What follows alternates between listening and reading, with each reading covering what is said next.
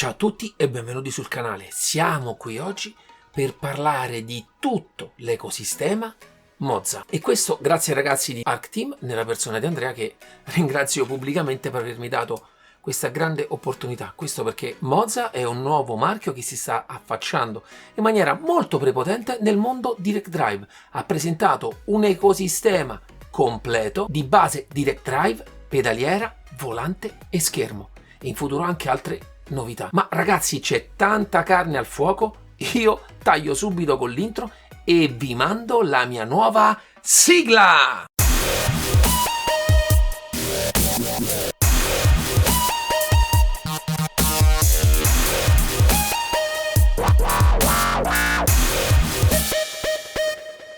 Ciao a tutti e benvenuti sul canale. Come vi ho detto nell'antefatto, siamo qui oggi per parlare di Moza. Ma faccio una piccola parentesi a chi è piaciuta la nuova sigla, perché ringrazio Mauro, un ragazzo che mi ha dato una mano gigantesca, praticamente l'ha fatta tutta quanta lui e spero che il risultato vi sia piaciuto. E per ringraziarlo ho messo qui sotto i link con tutti i suoi contatti, perché ragazzi lavora davvero molto bene. Chiusa parentesi, sigla. Ragazzi, siamo qui oggi per parlare di Moza, di tutto l'ecosistema. Quindi mettetevi ben seduti, prendete un bel pacchetto di popcorn e gustatevi questa recensione approfondita. Il prodotto, come vi viene inviato da Moza, ha un packaging davvero curato sotto ogni punto di vista. Io cercherò di mandarvi dei brevi video per farvi capire tutto il materiale come è stato unboxato, ma ragazzi, ogni cosa ha la sua bella confezione, ogni cosa è impacchettata, protetta nel miglior modo possibile. Ma entriamo subito nel vivo, perché non voglio perdere tempo troppo nel packaging, anche se come ho detto è ben curato, e inizio subito a parlarvi della sua ruota. In questo caso la versione che mi è stata mandata è la versione in similpelle. Al momento ce ne sono due modelli, o questo o quello in alcantara. In questo caso scegliete voi quello che più vi piace. Una cosa che ho notato da questo modello in pelle è che nell'impugnatura è davvero molto morbida rispetto a qualsiasi altro volante di questa tipologia che ho provato, e se lì per lì mi aveva dato un'impressione strana, in realtà questo tipo di morbidezza, questa rugosità di questa pelle offrono un ottimo grip, cosa che in altre circostanze con altri volanti in pelle totale avevo riscontrato sempre un pochino di scivolosità nell'afferrarlo. Invece qui sotto questo punto di vista, ragazzi, mi sono trovato molto bene. Per quanto riguarda la linea della bottom box, tutta il front plate è fatto in carbonio forgiato e utilizza questo genere di pulsanti. Io cercherò di farvi vedere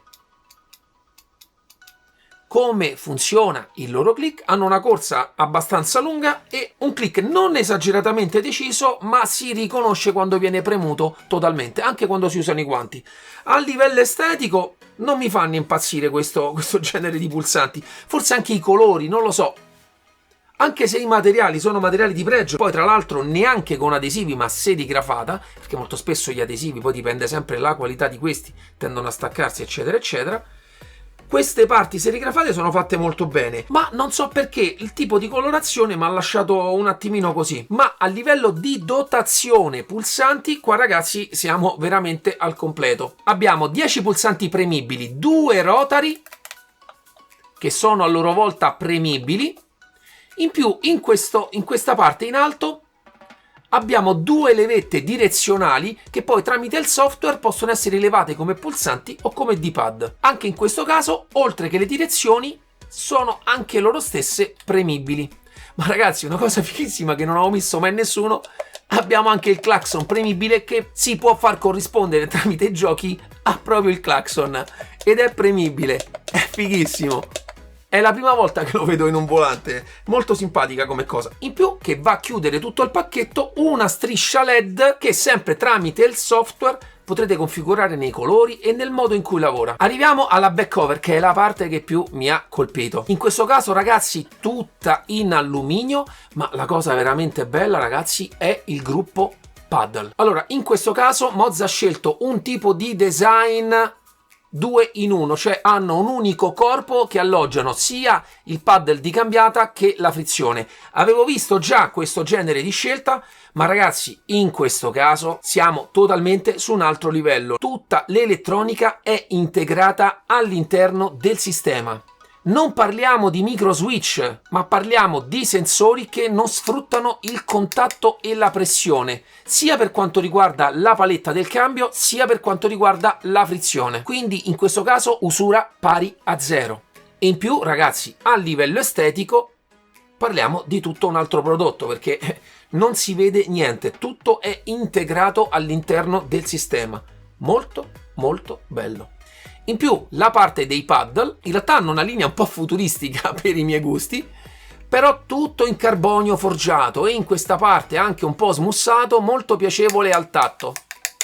Naturalmente manderò vari video per farvi vedere anche la robustezza di questo cambio, ma non flette da nessuna parte. L'unica cosa è che sono regolabili solamente come spostamento verso l'esterno, sia la parte del paddle che quello della frizione, ma bene o male quello della cambiata vincola un pochino anche quello della frizione, perché poi andrebbe a sbattere. Quindi se mettete più internamente il paddle della cambiata, dovete mettere internamente anche per forza quello della frizione, cosa che invece quello della frizione, volendo, lo potrete, se volete, lo potrete mettere anche un pochino più interno, ma questa a vostra discrezione. Non è possibile però regolare la corsa di cambiata, ma come potete ben vedere, naturalmente io non credo che faccia riferimento proprio per tutti, perché sono alto 1,85, ho una bella mano, ma molto comoda anche l'impugnatura e la distanza a cui si trovano gli shifter, e anche la forza che dovete fare per fargli fare lo scattino non è in questo caso regolabile. Ma ragazzi, qua la calamita è esterna, è molto semplice, se volete acquistate calamite dello stesso diametro, le aggiungete dietro e avete indurito la cambiata. Ma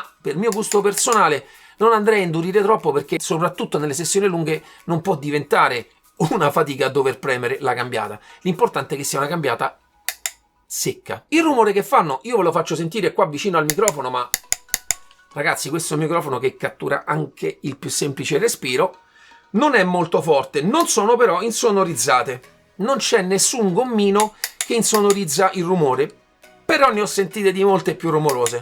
Sinceramente a me un pochino anche piace il rumore, ma devo dire piacevoli. Ma la cosa importante, ragazzi, non ci sono flessioni, giochi di nessun tipo. Il corpo degli shifter è veramente ben realizzato, le dimensioni perfette, non creano nessun tipo di gioco quando ce l'avete tra le mani. Per quanto riguarda poi il quick release, ragazzi, è una tipologia di quick release che abbiamo già visto anche in altri volanti di alcuni suoi competitor, anche nel suo bel paese, quelli SimMagic. Sono di derivazione automobilistica e come vi ho detto sono molto precisi quelli di SimMagic. Vi dico, ragazzi, anche qui una volta inserito il gruppo quick release risulta davvero molto solido. Che difetti ho trovato in questo volante? A parte, diciamo, l'estetica, quella potrebbe essere un gusto personale, ma una volta montato è soggetto a delle flessioni in questa zona qui.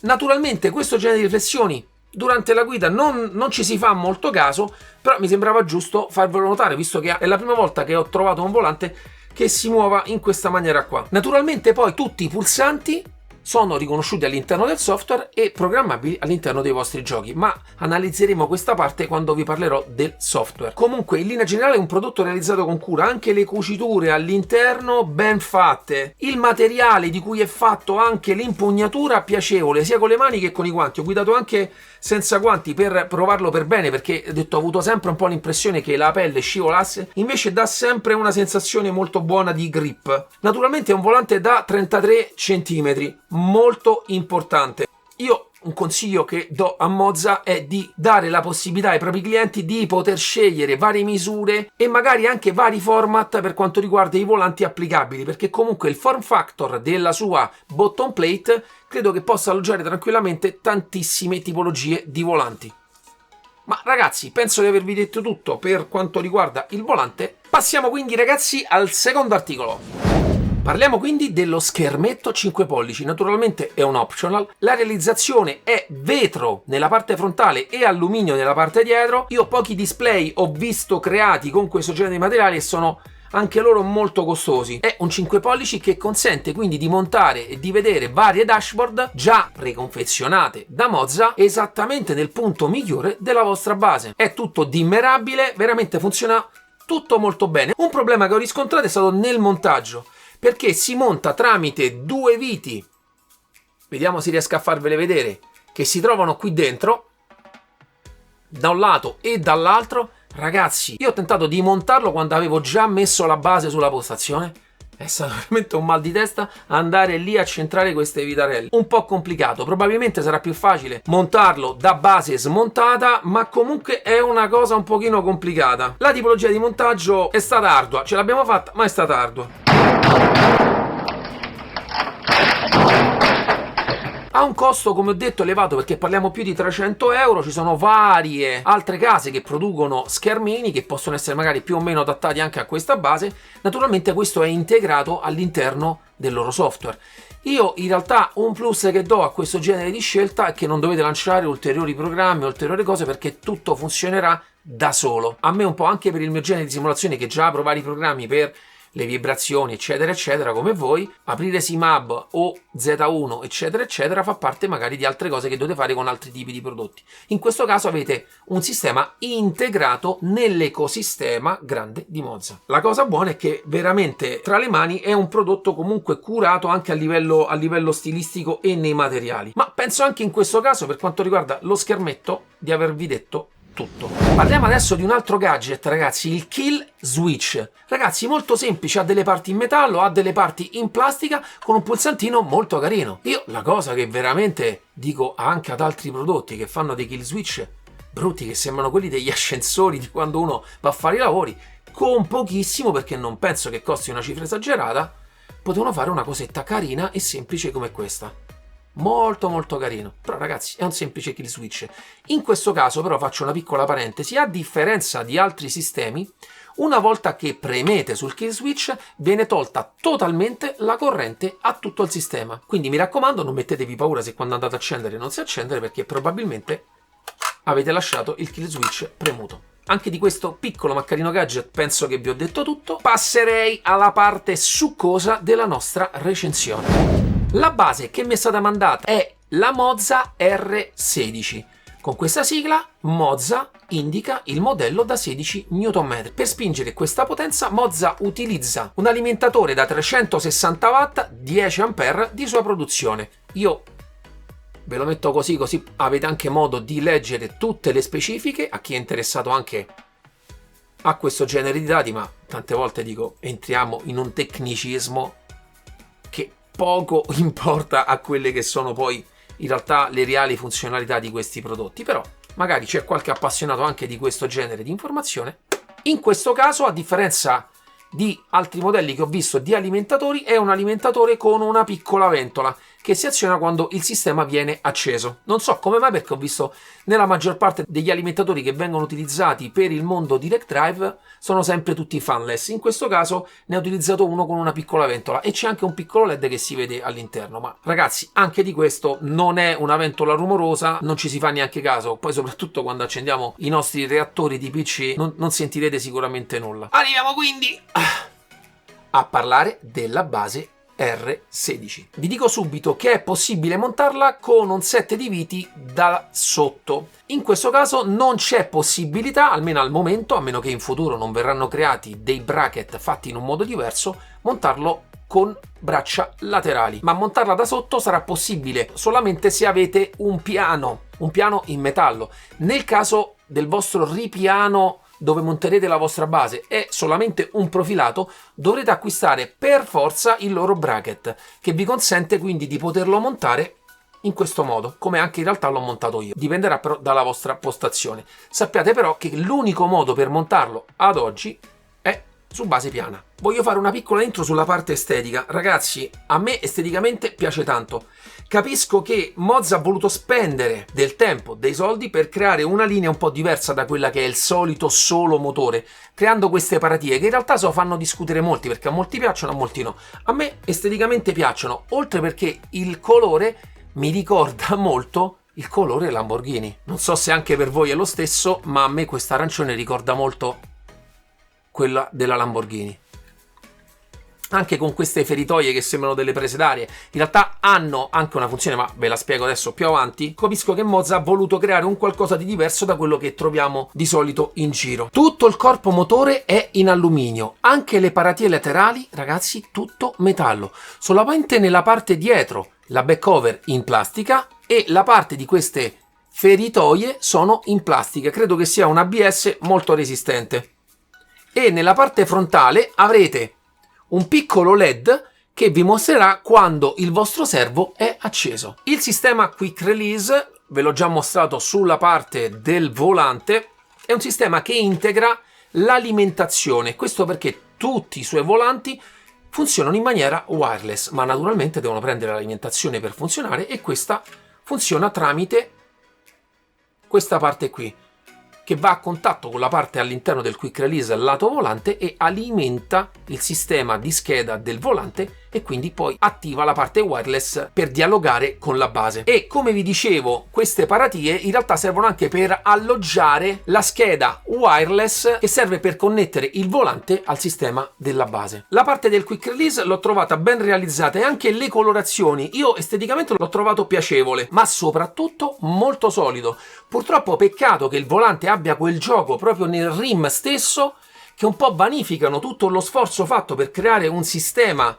di mozzo davvero ben fatto, ben realizzato, perché sembra che sia il mozzo che si muova, ma in realtà la parte di contatto del Quick Release e del mozzo è realizzata in maniera perfetta. Tutta la parte delle connessioni si trova nella parte retro, dove troviamo il connettore di alimentazione, il connettore per essere collegato al vostro PC, quindi con un cavo tipo stampante. Qui è un cavo stile telefonico che serve per connettere il kill switch, e da quest'altra parte abbiamo il pulsante di accensione. Io adesso, ragazzi, però pesa, lo poso e iniziamo a farci due chiacchiere. Ho voluto smontare la parte retro del pannello del volante R16 per vedere come avevano lavorato i ragazzi di Mozza con la loro scheda, e ho trovato tutta la parte di cavetteria ben realizzata e ben sistemata. La scheda che utilizza per gestire il suo motore, ragazzi, è un STM32.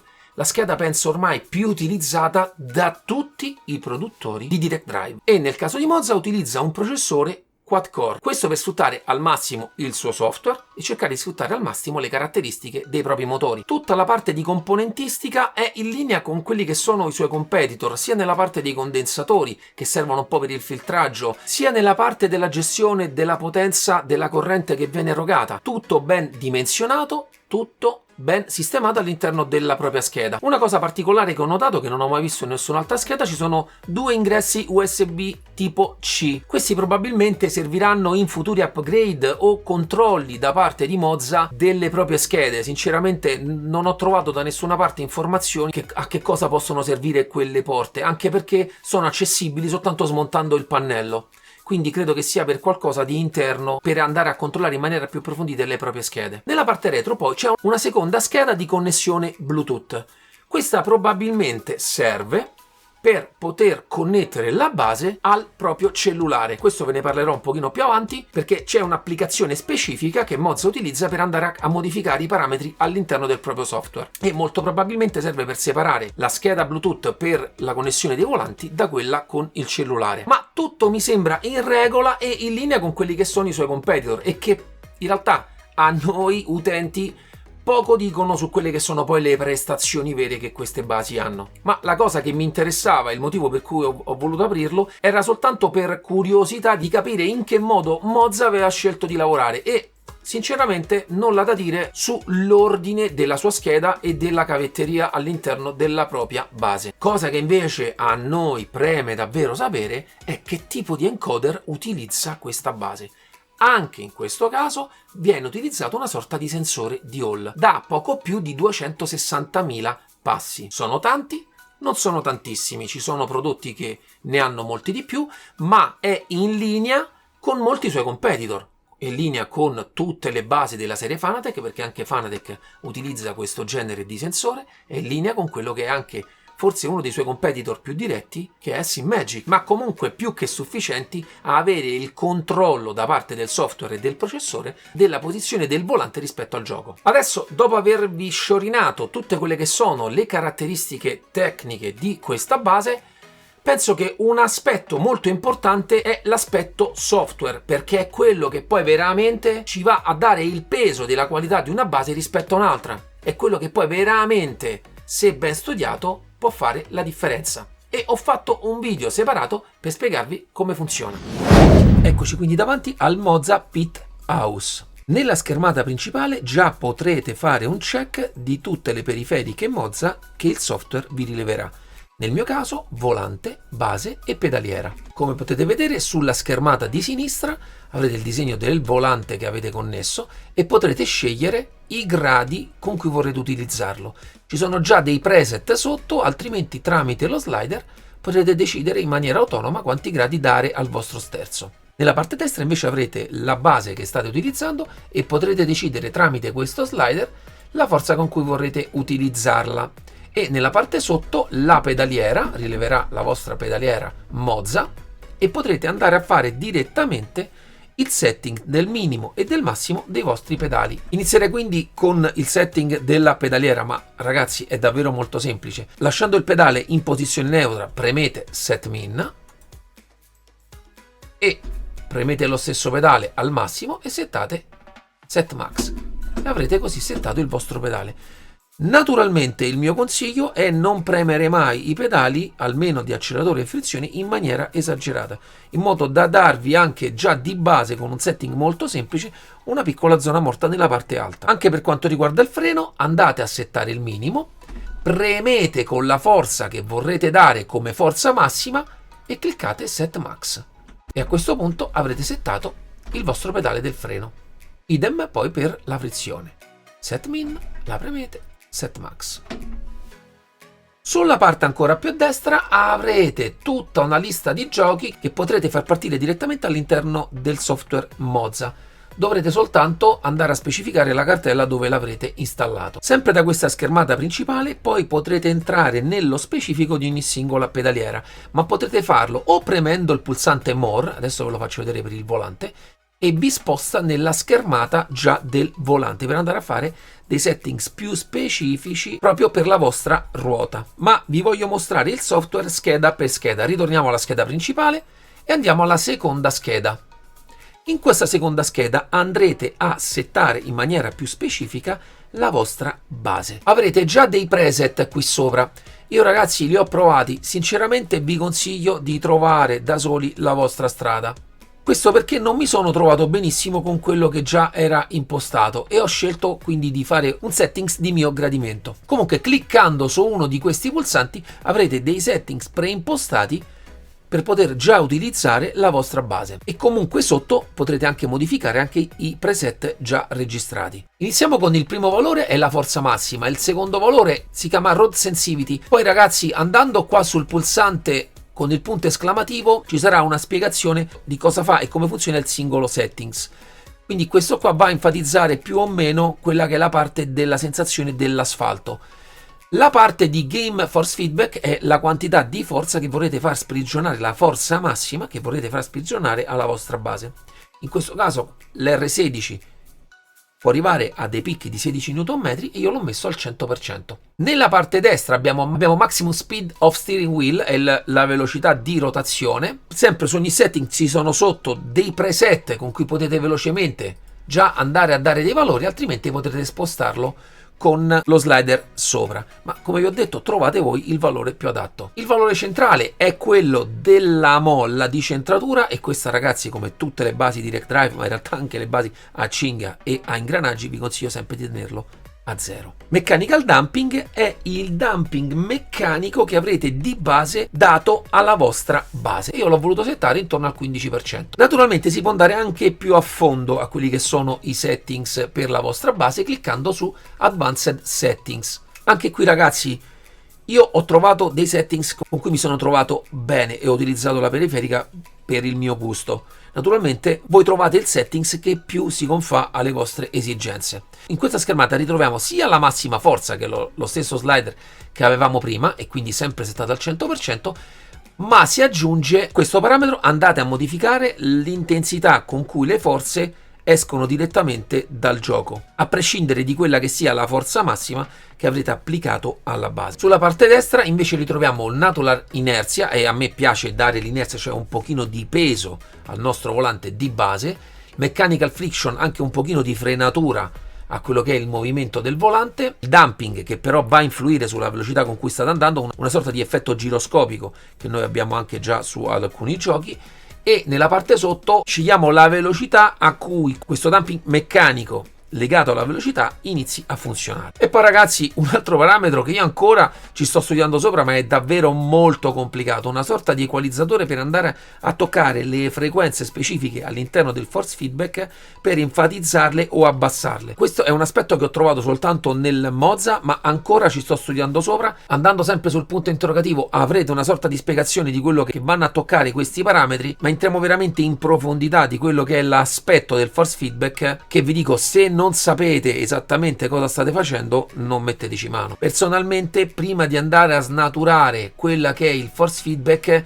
io opterei di iniziare a provare con un sistema molto piatto in cui tutto funziona al 100% esattamente come esce dal gioco, e poi andare a provare parametro per parametro che cosa va a toccare all'interno del simulatore per accordarlo a quello che è il vostro gusto. Arriviamo poi alla terza schermata, che è quella del volante. Naturalmente in questa schermata potete fare un check di quelle che sono tutte le funzionalità del vostro volante. Potrete andare a scegliere come lavorano le frizioni, scegliere il punto di bite point nel caso le state utilizzando proprio come frizioni, come devono lavorare gli stick, se devono essere rilevati come bottoni o come D-pad, se vorrete o meno attivare la striscia LED sopra il vostro volante che indica i giri motore, e naturalmente potrete scegliere anche diversi modi in cui farlo, diversi modi in cui utilizzarlo.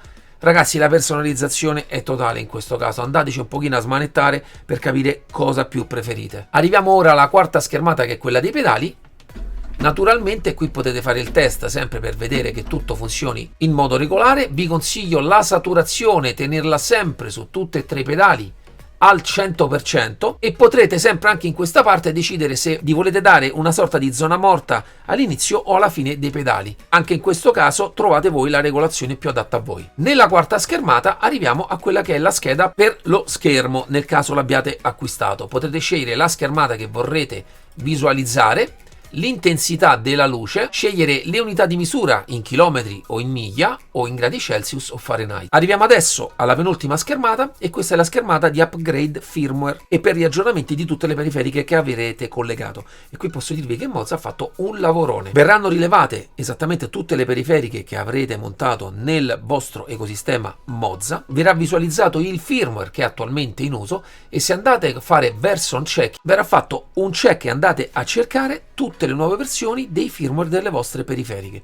e poi con un semplice clic andate ad aggiornare quello che serve aggiornare. Ragazzi, molto semplice. In questo caso io ho tutto aggiornato perché l'ho aggiornato poco prima di fare questo video, ma ragazzi, tutto molto semplice. Arriviamo quindi all'ultima schermata, in cui potrete scegliere il linguaggio. In questo caso potete scegliere la lingua, ma è quella che vi viene richiesta anche in fase di installazione del programma.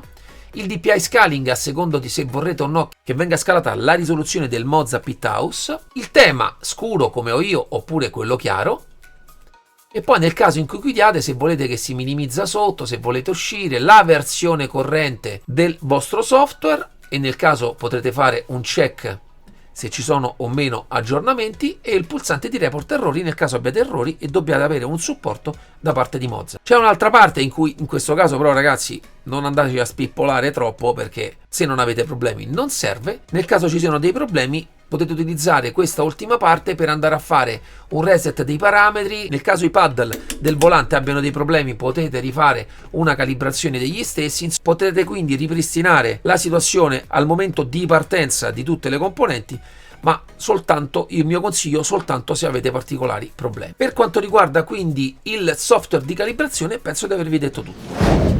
Dopo vari test che ho fatto con vari simulatori, voglio farvi vedere quali sono stati i miei settings finali, che potrebbero essere per voi il punto di partenza con cui andare a sfruttare al meglio il vostro ecosistema Moza.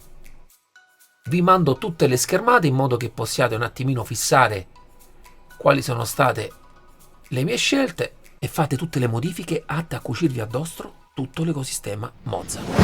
Ragazzi, bentornati. Naturalmente nell'ultima parte ho messo un piccolo riepilogo di quali sono stati i miei settings che ho utilizzato su questa base. Questo perché quando ho preparato il video avevo fatto dei test e avevo trovato un tipo di settaggio, ma durante il tempo, provando sempre di più questa base, ho cambiato molti valori rispetto a quelli che utilizzavo prima. Ragazzi, questo perché il software è davvero molto ampio nella possibilità di regolazione. Naturalmente potete sfruttarlo in maniera basica, e questo lo consiglio a tutti i neofiti che si affacciano a questa base, ma nel tempo potete addentrarvi nei meandri dei settaggi che sono possibili con questa base e quindi andarvelo a cucire nel modo più adatto a voi. Sicuramente il tempo che ho avuto a disposizione per provare questa base non è sufficiente, secondo me, per entrare nel dettaglio di quelli che sono tutti i settings possibili, anche perché al momento anche le traduzioni sono ancora un po' maccaroniche, non si capiscono molto bene e secondo me il potenziale che c'è di poterla sfruttare è davvero alto, ma serve un bel po' di tempo, serve poterci giocare un bel po' di tempo per poter andare a affinare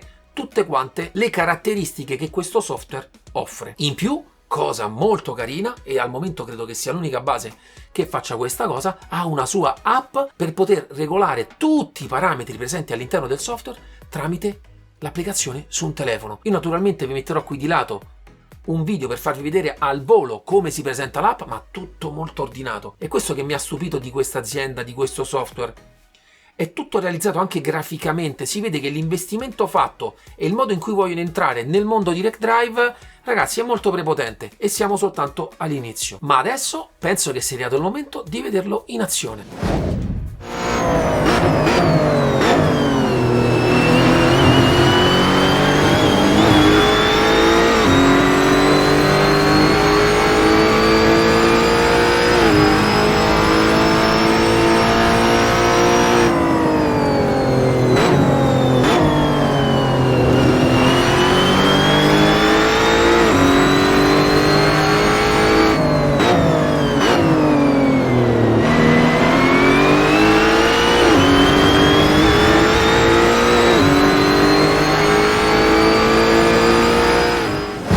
Ragazzi, che dirvi? Dopo aver passato un bel po' di tempo nei settaggi, nei meandri del software, questo perché anche io sono un patito di quelli che sono tutti i settaggi del mondo di RecDrive ed ero affascinato di questo nuovo modo di gestire i settaggi, ho trovato la mia quadra per far funzionare la base. Anche se può sembrare per molti un aspetto scontato, forza di 16 Nm l'ho trovata molto corposa, anche rispetto ad altre basi che vantano anche la stessa forza, ma in questo caso mi è sembrata più corposa, molto in linea con quella che ho riscontrato quando ho provato il SyncCube 2 Sport.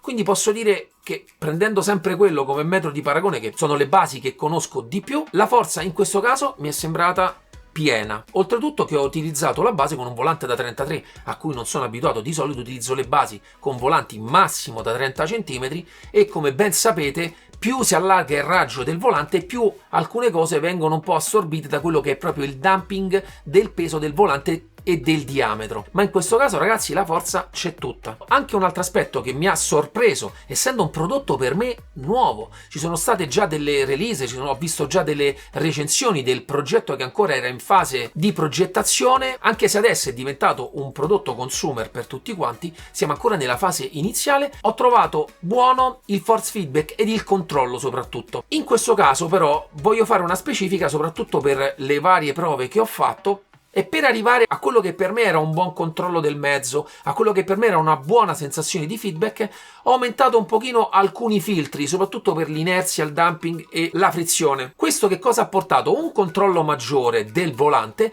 ma ho notato che si sono andati un pochino a perdere dei micro dettagli. Cioè, sulla parte del force feedback basso l'ho trovato un pochino silenzioso, questo è il termine che mi viene per descrivervelo. Mi sono mancati dei piccoli dettagli che a volumi elevati mi sarei aspettato, però tutti i vari effetti li ho trovati molto lisci, molto fluidi. Naturalmente per alcuni aspetti credo sempre che il tipo di encoder che utilizzano questo genere di base vada un pochino ad inficiare su quella che è la velocità di risposta del servo rispetto all'effetto, e potrebbe essere questo per cui ho ancora questo senso in cui qualcosa viene mangiato all'interno del feedback e del segnale che voi ricevete sotto le mani. Ma naturalmente, ripeto, siamo agli inizi di questo software, ci saranno sicuramente sviluppi futuri. Naturalmente, come dico sempre, andate a controllare il firmware che ho utilizzato durante questa recensione, perché magari in futuro verranno fatti aggiornamenti e anche piccoli adeguamenti del software stesso per andare a migliorare tutti questi aspetti, perché a livello di materiali, a livello hardware,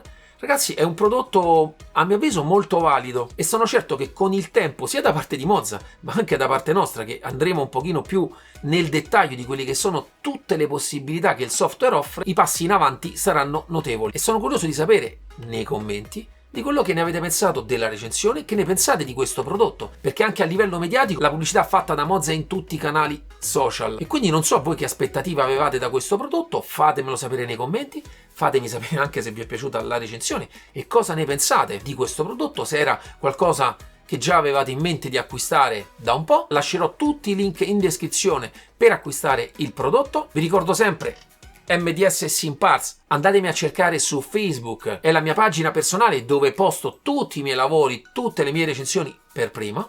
E se non l'avete fatto, ragazzi, sarebbe anche un bel modo, mettete la campanella, iscrivetevi al canale, spolliciate più che potete e ci vediamo alla prossima. Ciao ciao!